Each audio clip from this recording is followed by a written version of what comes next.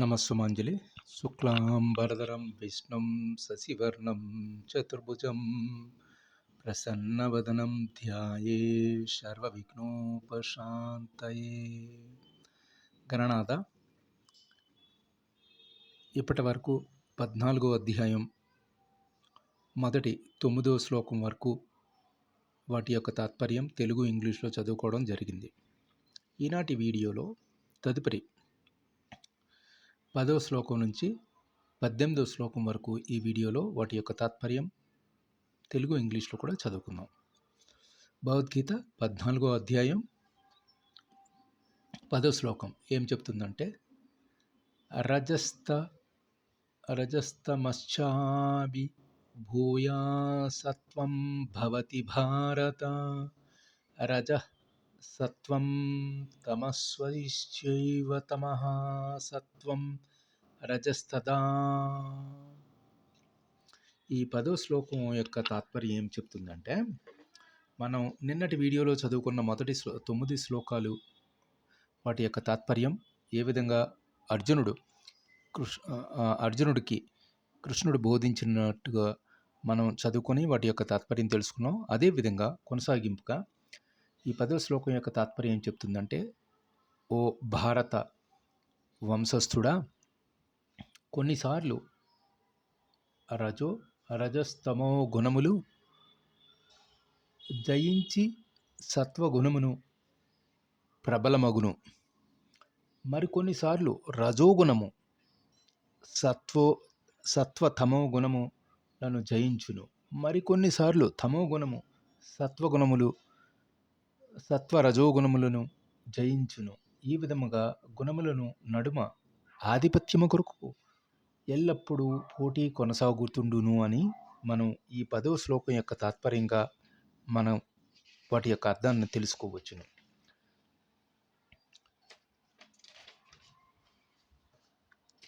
So 14th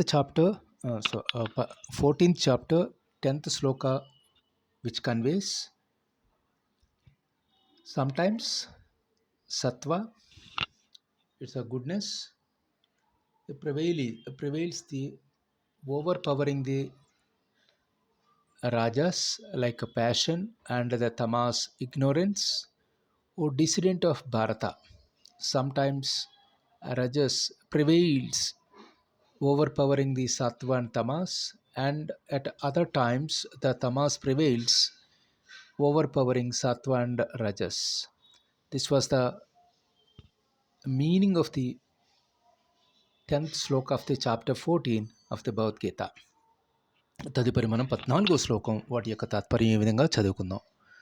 14వ శ్లోకం ఏం చెప్తుందంటే, ముందుగా సర్వద్వారేషు దేవేస్మిన్ ప్రకాశ ఉపజాయతే జ్ఞానం యథా తథా విద్యాద్వివృధం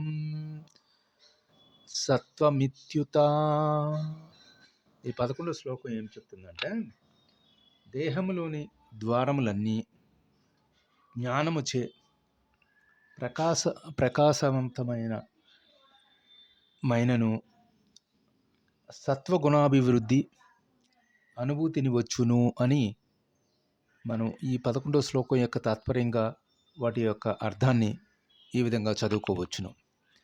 so 11th shloka of the chapter 14 from the Bhagavad Gita conveys like this: when the light of knowledge shines through all the gates of the body like senses, then it may be known that sattva is the predominant.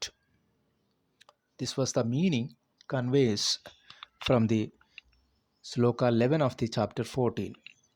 తదుపరి మనం 12వ శ్లోకం ఈ విధంగా చదువుకుందాం. లోభః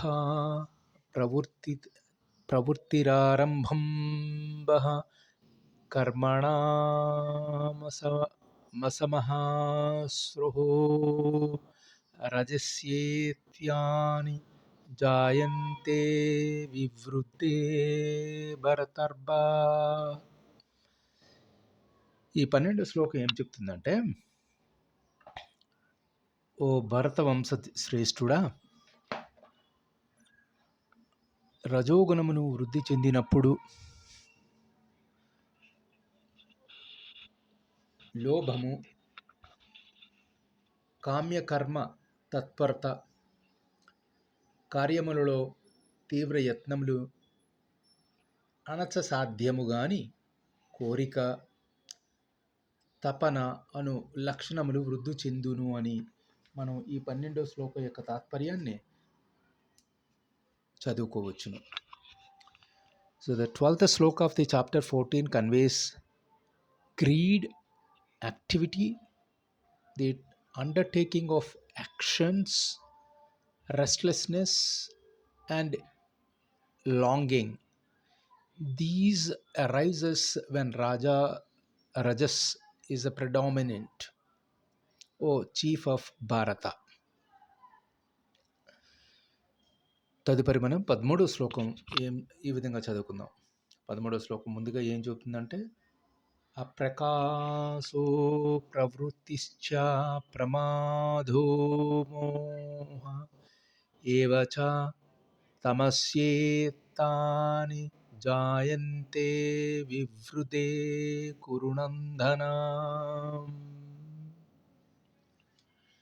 ఈ 13వ శ్లోకం ఏం చెప్తుందంటే, ఓ కురునందన, తమో గుణము వృద్ధి చెందినప్పుడు అజ్ఞానాంధకారమును, సోమరితనమును, బుద్ధిహీనతను, మోహము అను వ్యక్తమగుచున్నవి అని ఈ 13వ శ్లోకం ద్వారా అర్జునుడికి కృష్ణుడు తెలియజేసిన సందర్భాన్ని మనం చదువుకోవచ్చును. The 13th sloka of the chapter 14 conveys like this: darkness, inactivity, negligence and delusion, these arise when tamas predominant, O son of Kuru. This was the meaning implies from the 13th sloka of the chapter 14 from Bhagavad Gita. తదుపరి మనం 14వ శ్లోకం చదువుకుందాం. యథా సత్వే ప్రవృద్ధేతు ప్రళయం యాతి దేహామృత్ తతోదిత్తమావిధాం లోకాన్ అమలాన్ ప్రతిపద్యతే. ఈ 14వ శ్లోకం ఏం చెప్తుందంటే, సత్వగుణములలో స్థితుడై మరణించిన వ్యక్తి మహర్షుల పవిత్ర ఉన్నత లోకములను పొందును అని ఈ 14వ శ్లోకం యొక్క తాత్పర్యంగా మనం అర్థం చేసుకోవచ్చును. 14th sloka of the chapter 14 conveys, if embodied soul meets death when sattva is predominant, it attains the pure worlds of those who know the highest. This was the meaning. We can take it from the 14th sloka of the chapter 14. తదుపరి మనం 15వ శ్లోకం వాటి యొక్క తాత్పర్యం ఏ విధంగా చదువుకోవచ్చును. రజసీ ప్రళయం గత్వా కర్మ సంగిషు జాయతే తథా ప్రళీనస్తపీమసీ మూఢయోనిషు జాయతే. ఈ 15వ శ్లోకం యొక్క తాత్పర్యం ఏంటంటే, రజోగుణములో మరణించు వ్యక్తి కామ్యకర్మములలో జన్మించు, తమో గుణములో మరణించు వ్యక్తి జంతు జాతులలో జన్మించును అని ఈ రజోగుణము తమో గుణముల యొక్క ప్రాముఖ్యతని, వాటి యొక్క తాత్పర్య ఫలితాలని కూడా మనం ఈ విధంగా మనం 15వ శ్లోకంలో 14వ అధ్యాయం భగవద్గీత నుండి చదువుకోవచ్చును. ఈ let us see that the 15th sloka and its a meaning from the chapter 14 of the Bhagavad Gita. Meeting death in Rajas, one is born among those attached to the action, and dying in tamas, one is born in the wombs of the senseless, irrational beings. This was the meaning of the chapter 14, 15 శ్లోక. తదుపరి మనం 16వ శ్లోకం వాటి యొక్క తాత్పర్యం ఈ విధంగా చదువుకుందాం. కర్మణః సుకృతా స్యాహు సాత్వికం నిర్మలం ఫలం రాజస్య తు ఫలం దుఃఖమజ్ఞానం తమసః ఫలం. ఈ 16వ శ్లోకం ఏం చెప్తుందంటే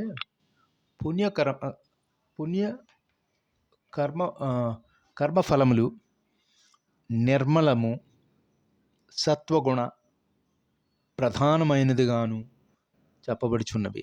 కానీ రజోగుణములు చేయబడును కర్మ దుఃఖములను కలిగించును, తమో గుణమును చేయబడిన కర్మము అజ్ఞానమును కలిగించును అని ఈ 16వ శ్లోకం 14వ అధ్యాయం భగవద్గీత నుండి మనం అర్థం చేసుకోవచ్చు. 16th sloka conveys that from the chapter 14 of the Bhagavad Gita, the fruit of good action is said to be the sattvic and pure. The fruit of rajas is pain, and the fruit of tamas is ignorance. This was the meaning we can understand from the chapter 14, sloka 16. తదుపరి మనం 17వ శ్లోకం ఈ విధంగా మనం చదువుకోవచ్చు. సత్వాత్ సంజాయతే జ్ఞానం రజసో లోభ ఏవ చ ప్రమాదమోహో తమసో భవతో జ్ఞానమేవ చ. ఈ 17వ శ్లోకం యొక్క తాత్పర్యం ఏంటంటే సత్వగుణము నుండి వాస్తవ జ్ఞానము వృద్ధి చెందును, రజోగుణము నుండి లోభము వృద్ధి చెందును, తమో గుణము నుండి అజ్ఞానము బుద్ధిహీనత మోహమును వృద్ధి చెందును. సత్వగుణము నుండి వాస్తవము, అదే విధముగా రజోగుణము నుండి లోభము, తమో గుణము నుండి అజ్ఞానము బుద్ధిహీనత మోహము కలుగునని మనం 17వ శ్లోకం యొక్క తాత్పర్యంగా మనం చదువుకోవచ్చు. So 17th sloka of the chapter 14 conveys like this: from sattva arises knowledge, from rajas arises greed, from tamas arises negligence, delusion and ignorance. ఈనాటి మనం ఈ వీడియోలో చివరగా మనం చదువుకోబోతున్న 18వ శ్లోకం యొక్క వాటి యొక్క తాత్పర్యం ఏ విధంగా ఉంది. ఊర్ధ్వం గచ్చంతి సత్వాస్థా మధ్యే తిష్యంతి రాజసాః జగన్య గుణవృత్తిస్థా అతో గచ్చంతి తామసాః. ఈ 18వ శ్లోకం వాటి యొక్క తాత్పర్యం ఏం చెప్తుందంటే సత్వగుణములోని వ్యక్తులు క్రమముగా ఊర్ధ్వలోకములకు ఉద్ధరించబడుదురుని, రజోగుణములో వ్యక్తులు భూలోకమున నివసింతురని, హేయమైన తమోగుణములో వ్యక్తులు నరలోకమునకు పతనము చెందుదురు అని మనం వీటి యొక్క తాత్పర్యంగా 18వ శ్లోకం 14వ అధ్యాయం భగవద్గీత నుంచి మనం గ్రహించవచ్చును. The last sloka of the today's video, 18th sloka from the chapter 14 of Bhagavad Gita implies that those situated in sattva go upward to higher realms, those in rajas remain in the middle, the human world, and those in the lowest mode, tamas, go downward to lower states of existence. So these are the first 18 meanings, and today's video we discussed from chapter 14, sloka 10 to 18. ఇంతటితో మనం ఈ వీడియోని మనం ముగించుకోవడానికి మొదటి 18 శ్లోకాలు వాటి యొక్క తాత్పర్యం తెలుగు ఇంగ్లీష్లో చదువుకున్నాం. గణనాథుని దివ్య ఆశీస్సులతో దిగ్విజయముగా ఈ విధంగా మనం చదువుకుంటున్నాం. సర్వే జనా సుఖినో భవంతు, సర్వసమస్త సమ్మంగళాని సంతు, అసతో మా సద్గమయ, తమసో మా జ్యోతిర్గమయ, మృత్యోర్మామృతంగమయ. ఓం శాంతి శాంతి శాంతి. స్వస్తి.